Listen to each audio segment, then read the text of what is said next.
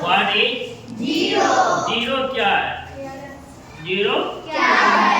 Zero एक अंक है, अंक मानते हैं ना? yes, लेकिन असल में वो कुछ नहीं है। अगर देखा जाए तो जीरो का हम कैसे डिनोट करते हैं? ये इधर लिख देते हैं ना? yes, तो इसको हम क्या करेंगे? What is zero? जीरो क्या है? जीरो इज नथिंग, यानी जीरो कुछ नहीं है। जीरो इज नथिंग, बट क्या? लेकिन zero is the hero of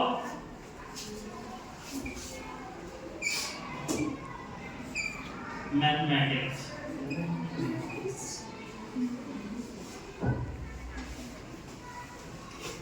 क्या है? जीरो इज नथिंग, जीरो कुछ नहीं है, बट लेकिन zero is the hero of mathematics. लेकिन जीरो क्या है?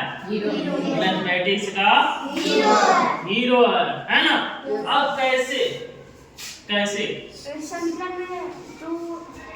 जीरो का कोई वैल्यू नहीं है। अब ये जीरो लिख दिए, कितना जीरो लिख दिए, कोई वैल्यू नहीं है ना?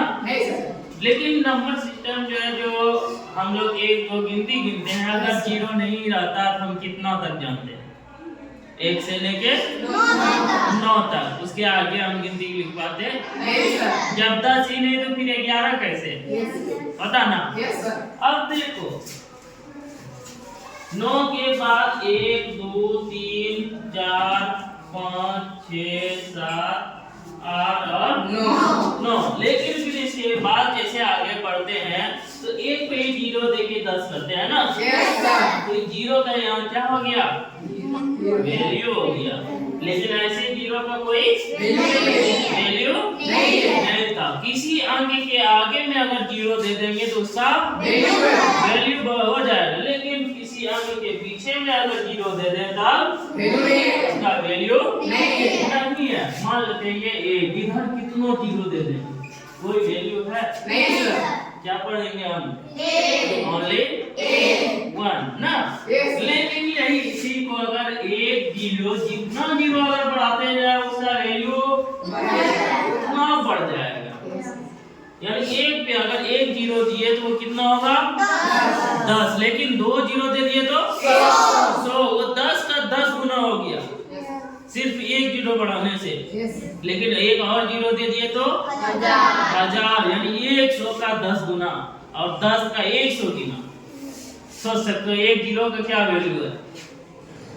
समझ में आया? इसीलिए कहा गया जीरो इज नथिंग, जीरो ऐसे कुछ नहीं है। लेकिन zero is the hero of mathematics.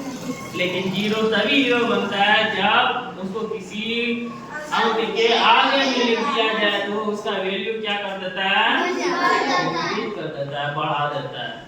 समझ में आया? अब क्या कहोगे अगर जीरो के बारे में कोई कुछ पूछेगा तो? जीरो ऐसे कुछ नहीं है, लेकिन जीरो को अगर किसी अंक के आगे लिख देंगे तो उसका वैल्यू वो बढ़ा देगा। इतना सा कर सकते हो?